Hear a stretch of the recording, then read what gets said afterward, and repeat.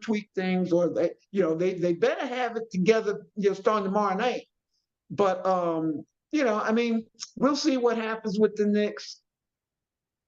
I think they, depending on where they are in the standings, at the break, they might make some kind of a move. It's really, obviously, it's way too early to tell what kind of move they're going to make. But I think Fournier, unfortunately, will probably be involved in it no matter what. Okay, so enough on the Knicks, because I could talk about them a whole lot. But let's talk about the Wizards. Yes, we have to talk about the Wizards. Oh, man, do we have to? Because all it is going to be the Jordan Poole show. Poole taking 30 shots a game. He already got players over here unhappy because he's looking them all. And so they hadn't even started the season yet. And he's already trying to lead the league in scoring. So I just think with Kyle Kuzma and Jordan Poole. He got 41 the other night. Yeah, I know, because he's shooting the ball every time. But that's not going to be a winning 41. So it bothers me because they have a young man on their team that I want to see play and do well. The dad played with me. The only championship I ever won was with Lacrosse Catbirds in the CBA, Continental Basketball Association, and our coach was Flip Saunders. Rest in peace, Flip. And my teammate's name was Mark Davis. So his son is playing with Washington, Johnny Davis. Yeah. So I'm hoping that Johnny gets some run this year, man. I don't want to see them just become a Jordan Poole and Kyle Kuzma show, because we've seen that in Dallas with Kyrie and Luka, and that's just not winning basketball. So I'm hoping they got some pretty good pieces in Washington. So I do expect them to play better, but I don't expect them to play better if Kuzma and Poole are just dominating the ball. If they play and get all the other guys, the Corey Kisperts and all the other guys involved, then we're looking at an improved team. But if not, then we're just looking at a guy, Jordan Poole, who's going to be interested in trying to lead the league in scoring now that he's no longer a Golden State Warrior. Well, I hope he learns. I mean, when I was coaching, I tried to keep it simple. I would tell the players, give the ball up, get it back, really. And I hope that's something that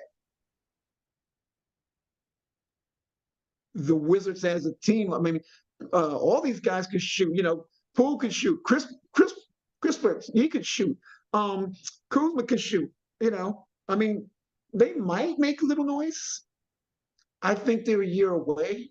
I think they're a player or two away, But I mean, they have the makings of something. But see, to me, team basketball still has to prevail. So we'll see how Jordan Poole plays during the regular season. We're going to get a pretty good idea.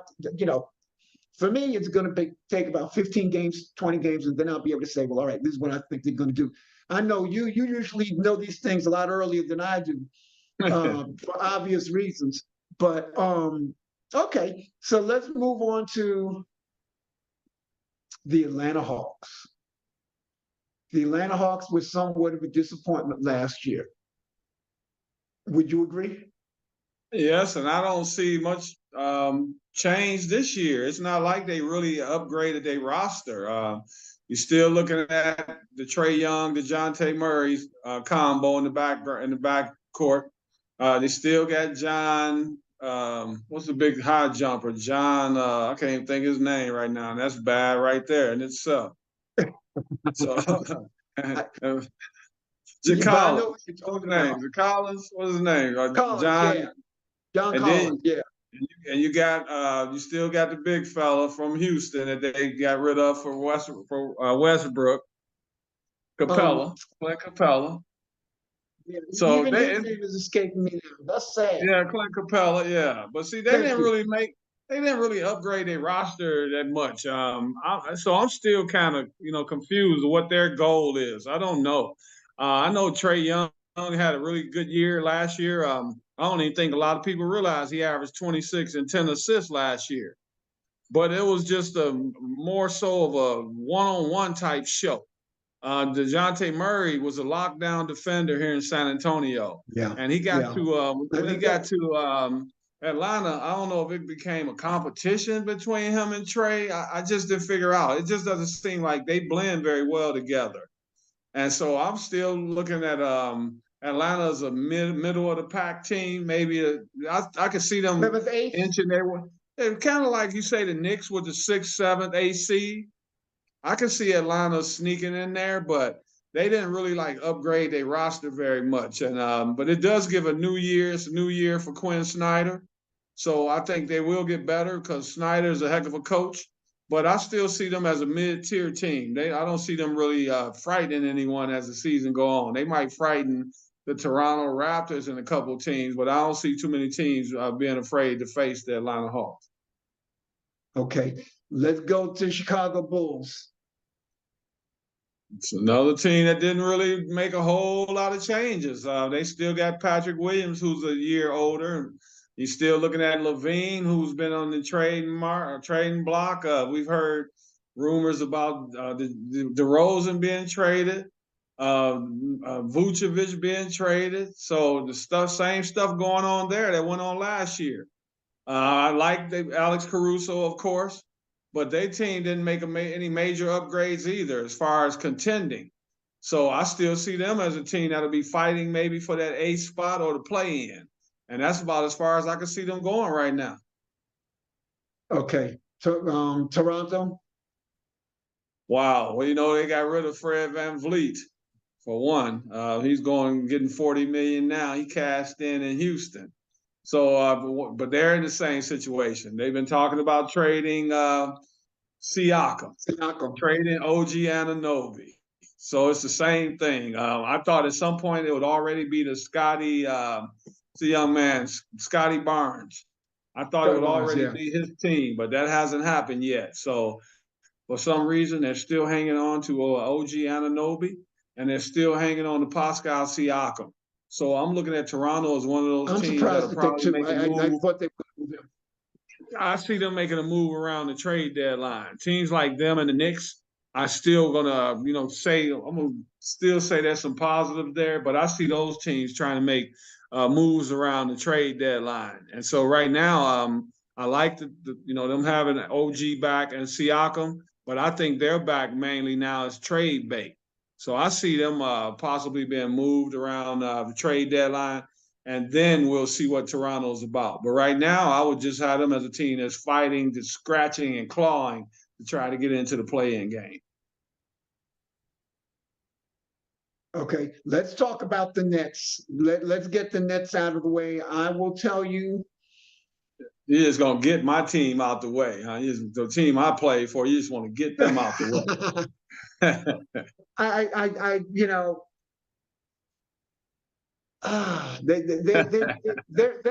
They are tough to figure out. They actually played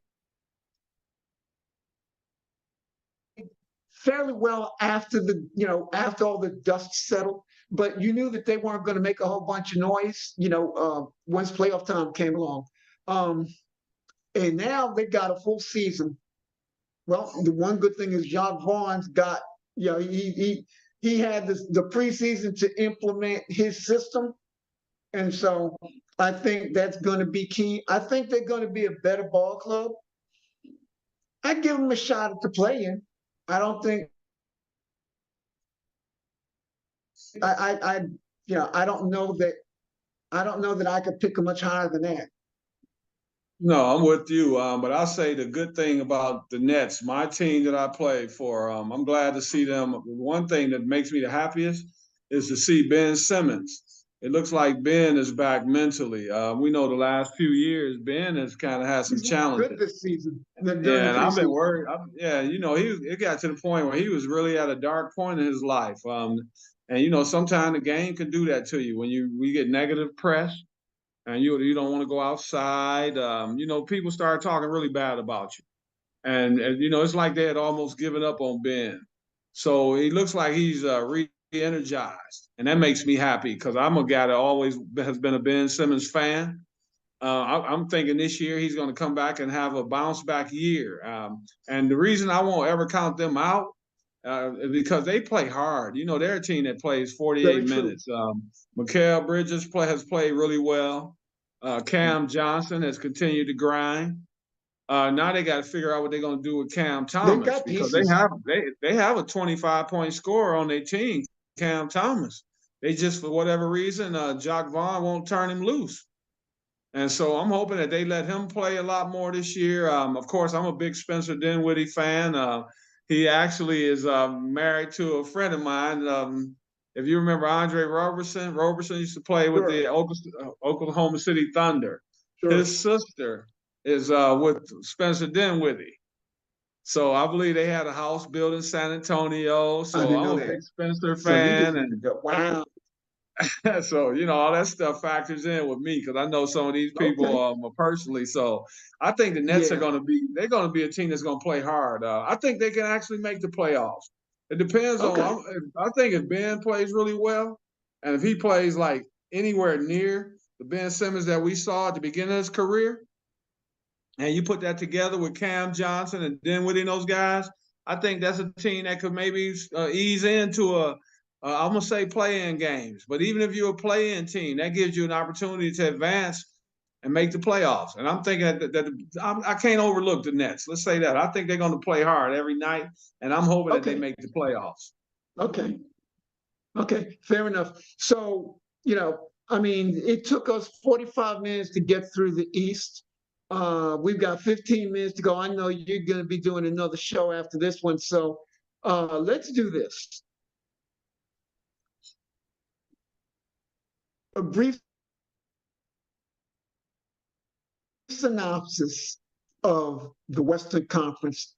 Tell me who your favorites are. Well, we know who you favor, but that's besides the point. Without mentioning the Lakers, tell me who else is in the mix. Without mentioning the Lakers, how You about the said team? Lakers. I told you not to How mention about them. how about the team I picked to win it all last year, Mac? Okay. The Denver Nuggets. All right. Okay, and then you got the Phoenix. Now here's the team that I have questions about: the Phoenix Okay. Suns. And, Go ahead. You ready to go ask me ahead. something, Mac?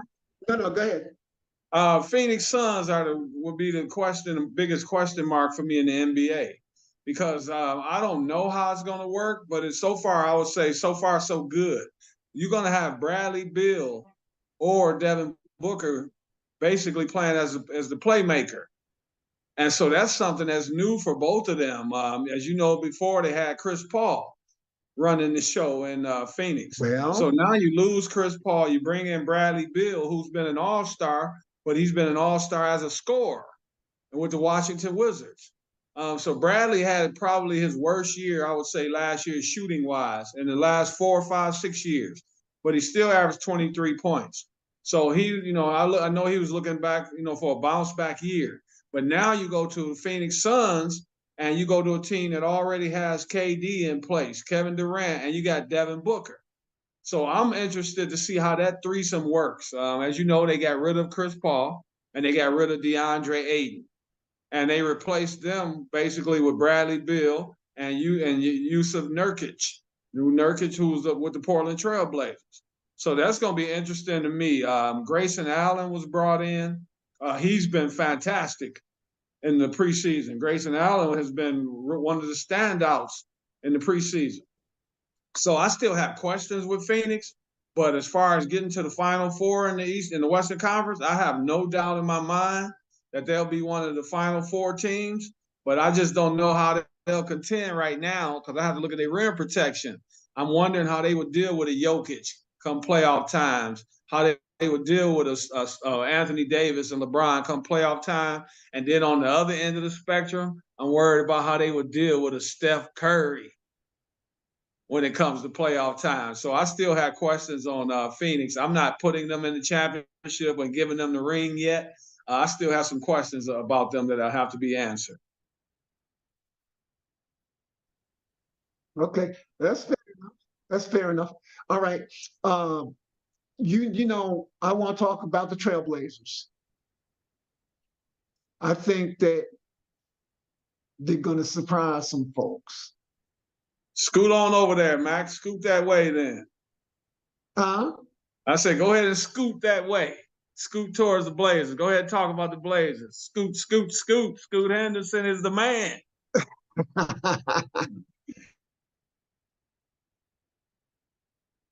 I know. I really think that they're going to surprise some folks. Uh, you know, I'm not quite sure I'm not quite sure yet where their third offensive play, the third option is going to be.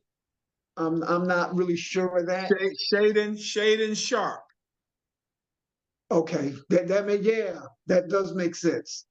I think that they are going to be tough, and I think that the big moves that they made are going to pay off. Now, let's be clear. I expect him to get off to a so-so start, okay, because of all the moves they made. But I'm telling you, by the time the All-Star break rolls around, I expect them to be rolling. And so you can mark it down. This is being recorded, but you can mark it down. I'm saying Portland's going to be in the Final Four of the conference, the Western Conference. Oh my goodness. Well, I can't go against it.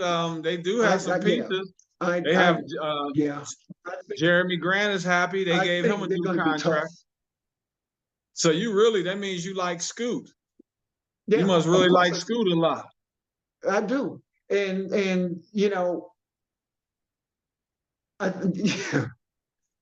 I mean, I can't, and I'm going to move forward now. Personally, I cannot trust the Clippers. I can never, ever trust the Clippers. Think about the players that have come through that organization, and they've never gotten it right. And this goes way back before the days of Sterling. All right, this goes back before the days of the San Diego Clippers. All right, this goes back to Buffalo. I can go for a whole slew of real super ball players that they have picked up and they've gotten rid of for one reason or another, whether it was a boneheaded trade, Bob McAdoo for John Ginelli, or a dumb throw-in, including Tom McMillan in the trade, and he played very well for the Knicks. Ernie DiGregorio, Randy Smith, John Shoemate. They even had Adrian Dantley at one time, Moses Malone. We haven't even gotten to San Diego yet. Okay, so they have had this propensity of getting good ball players, no matter who the owner is, no matter who the GM is. So I'm going to fast forward. I'm going to skip past the boneheaded days of young DeAndre Jordan and Blake Griffin. I'm going to skip past that because we understand they were young and, the only thing they knew was highlight reel. Get on the highlight reel. Get on ESPN. I'm going to move past that because now you have a mature ball player in Paul George. You have a mature ball player, a superstar in Kawhi Leonard. And I mean, I guess things are going to be a little bit different this year because Kawhi is going to have to play. There's not going to be all this load management BS. So, if you're going to be out there playing, you're going to be out there playing, for hard. You know what I mean? So I think the Clippers are going to give maximum effort. I hate to say this, but I don't give them. I give them sixth place, seventh place. There's just too many damn teams. Listen, and I mean, all right, you in no particular order, okay? But the Golden State is gonna be in the mix. I am not sleeping on the Sacramento Kings. Right. Okay. In fact, I'm gonna make a prediction about them in a minute, a bold prediction. Okay. You've got Oklahoma City who has They're going to be tough. improved. And if you don't believe it, folks, you go ahead and you look back at some of the videotape from when the season first started to when they ended the season. They were solid. They were phenomenal. And I think they're going to do some big things this year. But I mean, there's just so many teams to pick from. But now I'm going to go to my bold pick. I made a bold pick about Portland. I'm going to make a bold pick about the Kings. I You think got this them is in the your year for the Final Kings Four to get to the Final Four. I got them in the Final Four. I of got the them in the Eastern Final Four. Conference And or let of me the tell you Eastern? why. Let me just say this. This is a vote toward up tempo. This is a vote for sharing the basketball. This is a vote for togetherness. And, this is also a vote for a lack of ego. Enough ego to be, to play the game, but enough willingness to sacrifice. I think the Kings have that. I'm not saying they're going to win the chip, but I put them up. I'll tell you what, I put them ahead of the Clippers right now. So would I. I don't trust Paul George to stay healthy. Never mind the load management. I don't trust Paul George to stay healthy. I don't trust Kawhi Leonard to stay healthy. That was the reason why they had all them damn load management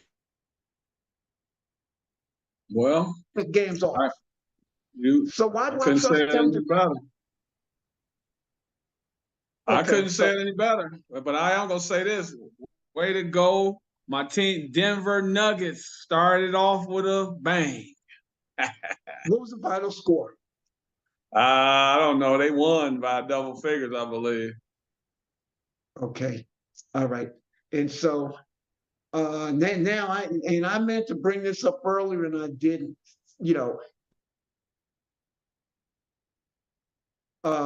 I'm sorry that we're giving the Lakers, the last 5 minutes or so, but no, I'm not, because there's going to be plenty of time to talk about the Lakers. But in any event, I thought that when I first turned on the TV, they were already down 18. And so my first thought was, okay, so all the talk they did during the preseason about seeing the Nuggets, they can't wait to see the Nuggets. Well, they're right there in person in front of you. Game one of the season, and you're down 18. And I understand it's the first game of the season. I get that. But the way they were whooping, I expected to turn the game on and see the Nuggets down by 30. Oh, I didn't expect that. Add to everything else, not that it's only opening night, but I would imagine that the Nuggets are a little bit overly hyped because they did get their rings tonight, I assume, right? Yes. Yeah. Okay. So that there's a lot of emotion. There's a lot of stuff going on, and based on what you tell me, and based on what I saw, the Nuggets handled their business. Well, they're the team to beat, so we'll see what happens as we move forward. Yeah. So now, until the next time the Nuggets and Lakers to get together, all right, we will not mention the Lakers no more. Because I'm not rooting for them. I'm not rooting for them, but I really did think, well, they're gonna put up a fight. They might take the Nuggets back out to woodshed. This is the night where they could have done that. Like I said, with everything else going on, this was the night for them to do it. And only game one. Huh? Got a long season ahead. No, only I understand that. I understand that. But I'm just saying, this was the night where they could have done it and they didn't. Mac, I want to thank you, okay. man. I want to tell you, first of all, I want to thank you for starting this show. And I hope you people continue to listen in because the show only gonna get better. And I'm proud to have been a part of it today, man. I'm a happy guy. Well, I'm grateful for and you know what, with Thanksgiving right around the corner, let me just get a head start. I don't want to turn this into a love fest, but I've truly been blessed, beyond measure. All right, more so than what I deserve, probably. But I've been blessed to have people like you, Derek, come into my life. And for full disclosure, Derek and I have never met in person, but Derek and I have been good friends now. What, year? Yeah, it's been over a year. Yes. Yeah. And but Derek and I just click. We see eye to eye, except when it comes to the Lakers. But that's a whole nother story. But no, I've been blessed to have a guy like come in my life, and it may sound strange to people listening to this, but even having never met you in person, you're certainly one of my best friends. You're in my inner circle, and you know some Thank you. things about me, that I don't share with everybody. But not trying to sound like the Golden Girls theme song, but thank you for being a friend. Thank you, man. I love you, Mac. I thank you. Love you back, man. Okay, so I know you've got to go, but I'm gonna give you 30 seconds to say something about the Lakers. I didn't mean to this that we No, just didn't have enough time. I like the Lakers. I like the additions that they made. The Cam Reddish, Jackson Hayes, Gabe Vincent, and Torian Prince. I think they're going to be a team that's contending again, but I think they're going to come up a little short. I'm picking the Denver Nuggets to repeat as champions to defeat the Boston Celtics. And hey, that's my pick tonight. I haven't made my picks until tonight. I'm picking the Denver Nuggets to repeat. Okay, and I'm gonna say this about the Lakers: a full season with Cam Reddish, a full season with Reeves as the starter. A full season with Hachimura on the team. And they've improved their 3-point shooting. So even though I'm not rooting for the Lakers necessarily, I like what they did with the roster since middle of last season. So yeah, I mean, the reality is they are absolutely in the hunt. Okay, so it's been an hour. Derek, thank you so much. We'll do this again. Well, we'll let y'all know exactly what we're going to do again. Till next time, this is Matt Clare for Derek Gervin saying, be blessed, do something nice to somebody, and keep rooting for your team. I love you, Mac, and thanks for tuning in, everybody. See you again next time. All right, thank you. Have a great night, my friend.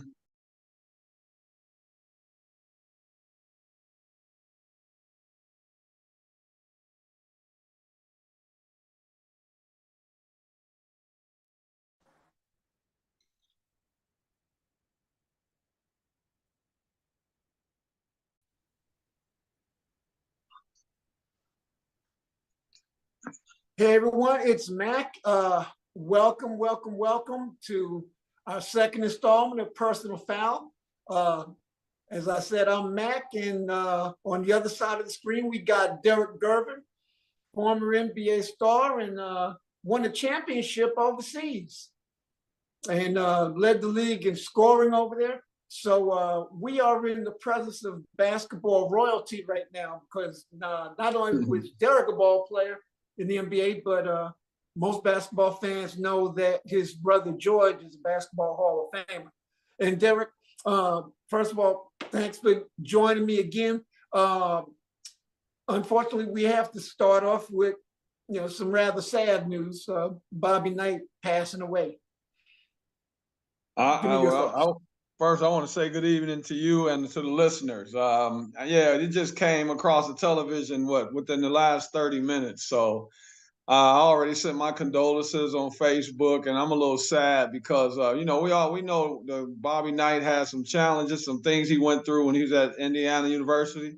But at the end of the day, he also got a lot of his players to graduate, and we saw a hard outer core, I would say. But the guy really cared from deep in his heart about these players. As you know, his most popular players is Isaiah Thomas. Isaiah, that's right. And so I want to send my condolences to his family. Bobby did a lot for the game of basketball. If you remember, Mac, and the listeners, he also was a guy that was very intelligent. And if you remember, when he watched Michael Jordan, when he played for Bobby Knight, when he played for Bobby, I'm sorry, for the Olympic team, if you remember, they were going against Magic and Bird and all those guys. And Bobby Knight said at that time that Michael Jordan was the best player he'd ever seen. And this was before Mike even became Mike. So it just tells you what kind of vision he had as a basketball coach, what kind of man he was. Some people felt that he really went overboard about some things. But at the end of the day, as you know, when the game is going on, a lot of stuff happens between the lines. But he's a man that cared about all his players and cared about people. So I want to send my condolences to Bobby's family. And I want to say this, that he really will be missed. And I mean that sincerely from the bottom of my heart. Yes, indeed. And no matter what anyone may feel about the man, this is somebody who is beloved by somebody. I don't know how many children of his own he has, but somebody lost a dad today, a husband, a cousin, uncle, whatever. So that's always tough, no matter what the person was like or what your thoughts are about that particular person. But we're going to move on. Let's jump right into. Well, before we do that, I do want to mention my streaming network, M3-TV, is coming back.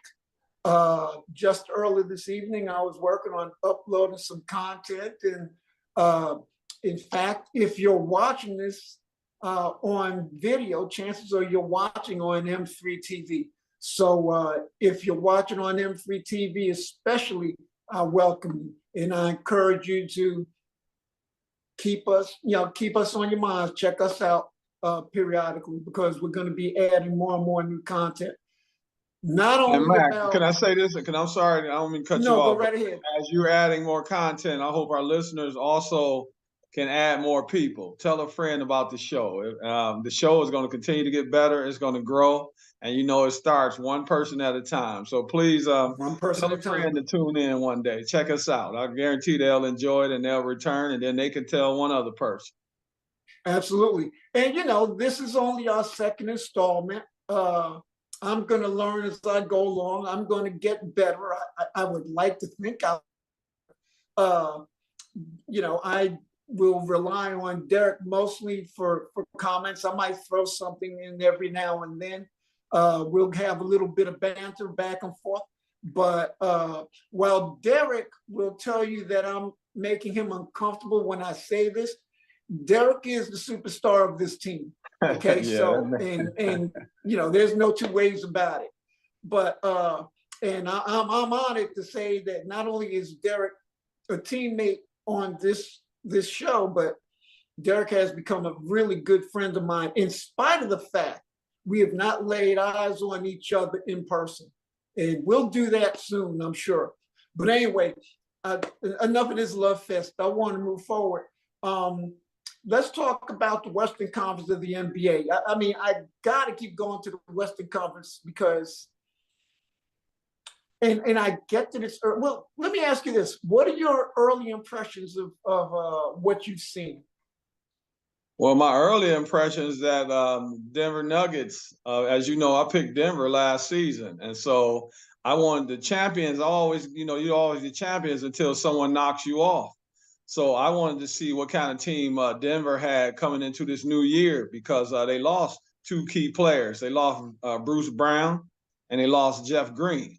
So I wanted to see how they came out this year, another year of Jamal Murray being a little healthier. So I've been impressed with Denver right now. I think they're doing great. But the issue of the day, the story of the day is what happened last night, the James Harden trade to the LA Clippers. Well, I was going to get to that later. Okay, well, we can get to it later. But, well, you know what? No, yeah, I'm just saying. Well, okay, let me tell you first. I have a list of things here on my iPad, on my tablet, and that's like the trades. I call it stupid trade rumors. I'm not talking about the trade itself. So Oh, okay. yeah, we can go ahead and talk about Oh, that. we're As gonna far as the trade wait, rumors, hold on, we're Mac. gonna get to that later. Let's cover that later because what you just said, I heard you clearly. We got the trade because we got some Yeah, other people we want to talk about as well when we get to that yeah. situation. So I hear you We'll talk clearly. about since you brought up Harden, we'll talk about that now. And ladies and gentlemen, we will talk about the stupid trade rumors later on in the broadcast. So let's go ahead and talk about Harden. Well, Mac, for me, the reason I brought him up is because and not even talking about with the Clippers what he's going to add or subtract from the team, just the fact that we've been hearing about the process for like what 3 or 4 years now in Philadelphia, and It then feels like longer yeah, than that. like an eternity. It seems like an eternity. And then see me personally, I had a conversation last year, the 2022-23 season, early in the year. I had a conversation with Daryl Morey, who's the general manager of the 76ers. So I kind of got to know Daryl a little bit, and just to see this weighing over the team, I thought that was crazy. So, Harden, I'm not going to talk about what kind of impact I think he can bring to the Clippers, but the reason I brought him up is because this has been hanging over the NBA, kind of like the Dame Lillard situation. And so now that situation has been rectified. So, but let me tell you this: there's a few teams right now. Go ahead. Yeah. Oh, I'm jumping in bit. You said you won't talk about what he adds or subtracts from the Clippers, but you know what? I'm going to take you there. I want you to talk about that because I think it's important that, if we're going to discuss James Harden, let's talk about James Harden in its entirety. A lot of the stuff that has gone on in Philly has been well documented. A lot of the off-court stuff that went on with the Nets has been well documented in Houston. But, this might be his last shot.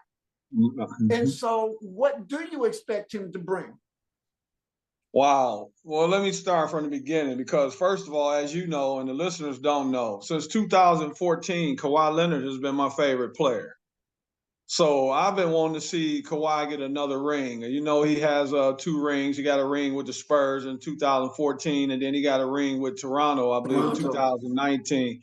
So I want to see him get another ring. I'm a big Paul George fan as well. But my problem with the Clippers, as much talent as they've had in the last several years, preacher. They don't have that glue character, I would call him. That guy that can calm things down when you're going through a little duress on the court.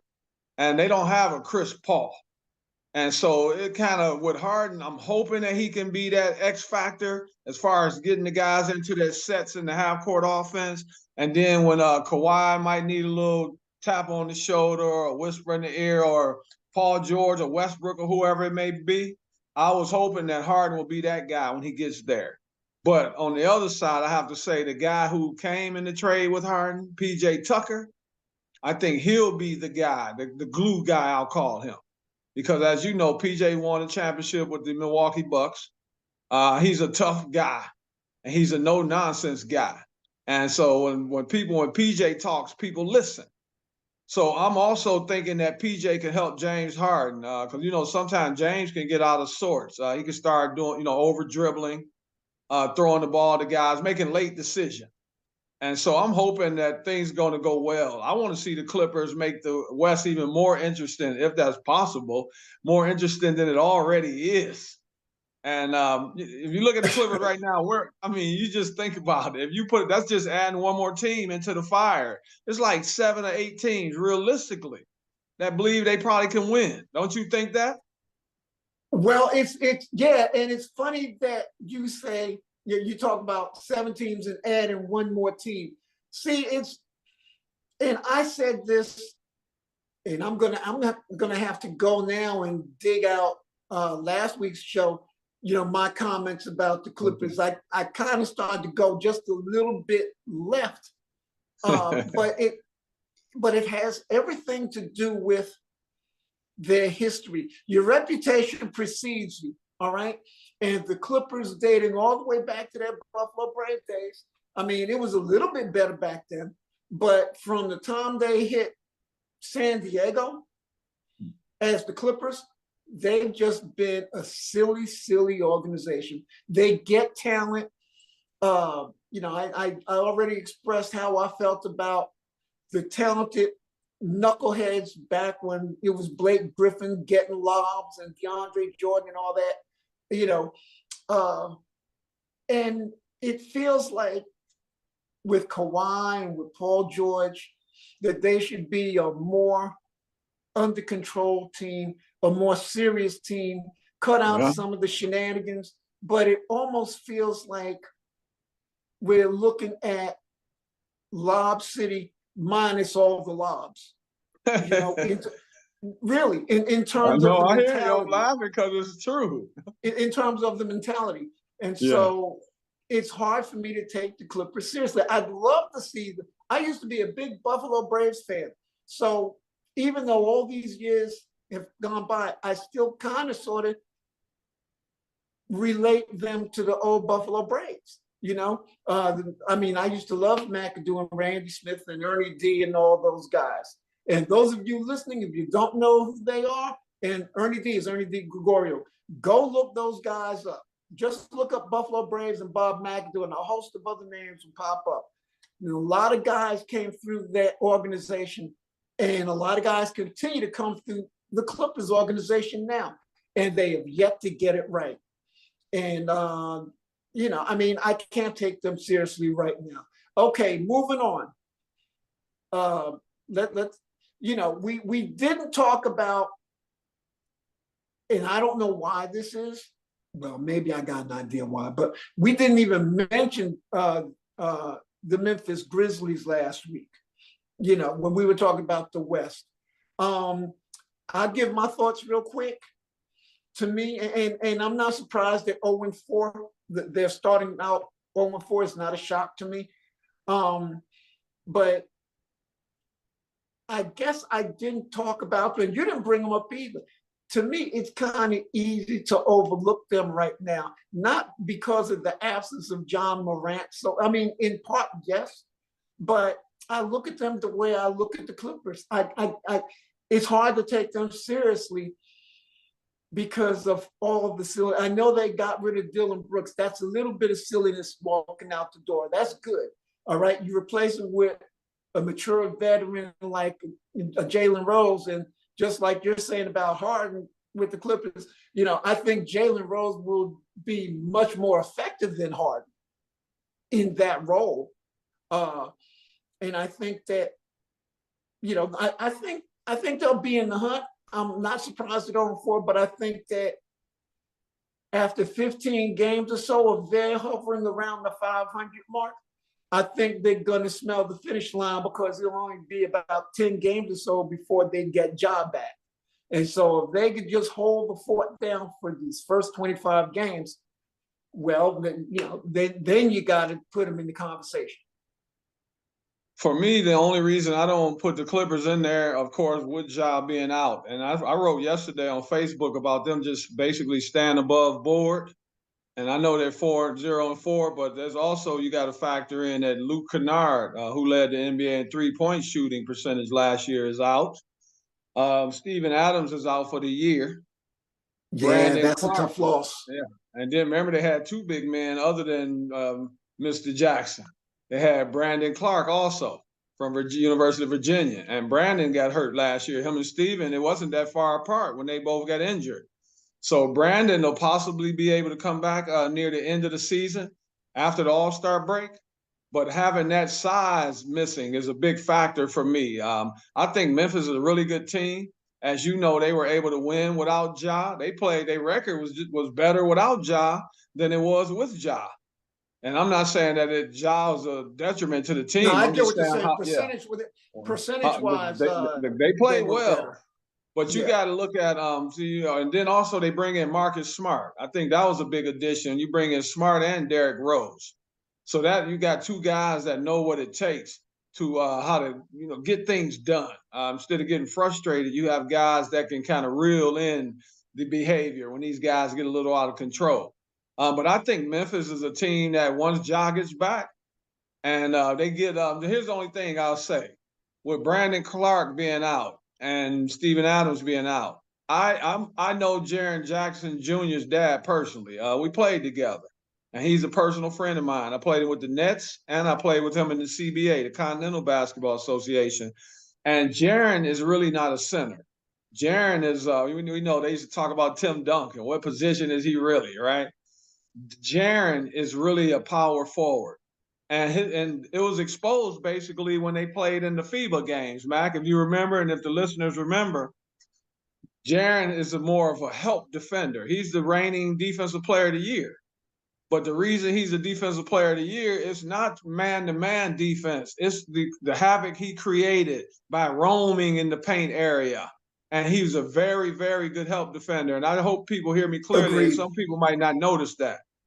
So Well, Mhm. what they, and tell me if I'm wrong, what I think they have to look for when Jaren Jackson's playing defense, when he goes away from his man, but then has the ability to recover. And I think that's what you're talking about. You know, he could go and help, but he still has the quickness or the agility and the mindset to recognize that I can't forget about my man.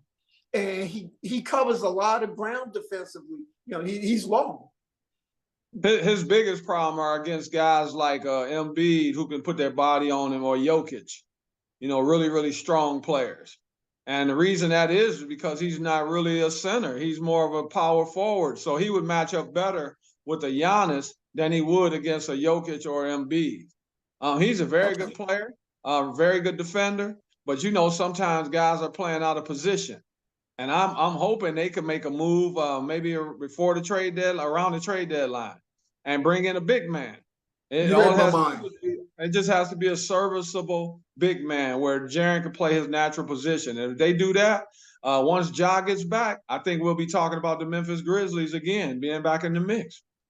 Well, I guess it's way too soon. Here we go. It's way too soon to talk about trades and who might be available because the season just started. And so, once again, any of you fans of any team who want to start talking about trade rumors, stop it. Just stop it. You're 3 games in. Stop it. Okay. Let's talk about let's talk about the elephant in the room, and that is the San Antonio Spurs. And the reason I say the elephant in the room, man, is because, even before he got drafted number 1, Wemby has been the talk of the NBA. And I haven't seen a lot of him, but he made a play the other night. I think it was off a rebound. And he's 7'5". You've never seen the agility, and he just threw the ball over his head and it went in. And if you looked at the Phoenix bench, they looked so deflated. They just couldn't believe that shot went in. The camera, because they were right behind where the play happened. And, when some guys looked away, another one, two guys, it looked like their shoulders slumped. It was like, oh man, I can't believe this happened. But he is something else. It reminded me of a guy named George Gervin. Well, he's got the agility. No, he's definitely got the agility. No, I'm just saying that shot. If you watched last night, he also made another one. He made a shot backwards last night against Phoenix. The shot you're talking about. Yeah, that's the one I'm talking about. If you remember, Mac, for the second time, he also got one of those highlight left-handed dunks. Yeah. And let me say this about Victor. I'm hoping some people realize he's just turning 19 years old. And I want people to really understand what I'm saying about him. I know some people have heard that he's possibly the best prospect that's ever come out. And I'm not saying that that's not true. Myself, the best I've ever seen is Kareem Abdul-Jabbar. But Victor has the total package. And he does have a package I haven't seen period so far. But when you're playing for a 5-time champion coach, Greg Popovich, Papa's not getting ready to turn the team over to Victor, where every night it's the Victor Wembanyama show, because he's trying to, he wants to win. And they have some other good, very good players. They have a guy that I really love, Devin Vassell, wearing number 24 on the Spurs. They have a gentleman, Keldon Johnson, I'm sorry. Yes, Zach yes, Collins. yes. They have a good team. Trey Jones is a good player. They have some really good players. Doug McDermott, who's been in the league over 10 years. So Dougie McBuckets. yeah, so Victor's not expected to just come in and they just throw the ball down. He doesn't have to play the Shaquille O'Neal role right off the bat. He's more of a perimeter player, and Pop's letting him be himself. But eventually, you know, they're going to preach about him being more around the basket. Because if you remember, he does have two guys in this city that are helping him. One by the name of Tim Duncan. I've heard people call the greatest power forward of all time. And then he has another gentleman by the number 50, David Robinson. Yes, indeed. So it's a process, just like we talked about Philadelphia. It's not going to happen overnight. Victor is a very mature young man. He's a very good passer. He has to learn the ropes, the in and outs of the NBA. And once he does that, man, the Spurs are going to be, they're going to be a team to be reckoned with. Yeah, and you know, I absolutely expect them to be in the hunt in the second half. I mean, they might, you know, just like Memphis, they might take their lumps in the first half, although I don't know. I really think that with a guy like Wemby, and this isn't to say that it's all on him like you were saying, but I think his presence, his physical presence alone, it kind of changes things. And so they have somebody who, he's going to have a down low presence at some point, but man, sky's the limit for this guy. Matt, right now he has two deficiencies. One, as you already know and the listeners know, is rebounding. He's not getting a lot of rebounds. He's getting like 5-6 rebounds a game, okay? And that's because if you look at the other deficiency, if people understand me that really understand the game of basketball, sometime when you come down, like I say, on a fast break, you'll see your big man pop in the lane. Anthony Davis is very good at this. They try to establish position really quick. And the problem is with Victor right now, with that little thin body, you got guys like Grant Williams, who plays for the Dallas Mavericks, who used to be with the Celtics last year. Grant is about 6'4", 6'5" maximum, right? But he has that girth. He's a big guy. And so before Victor tries to post up, he bumps him off his gait, I call it. He knocks him off his position. He knocks him off balance. And see, right now, when they do that to Victor, he goes out to the perimeter immediately. So he's going to have to learn how to deal with the physicality, because at some point he's going to be dealing with guys like Draymond Green, Bam Adebayo, and guys like that. So he's going to have to learn how to fight a little more for his positioning. But once he does that, watch out for the San Antonio Spurs. I think it's more than you know, putting on a whole lot of girth. I think the more important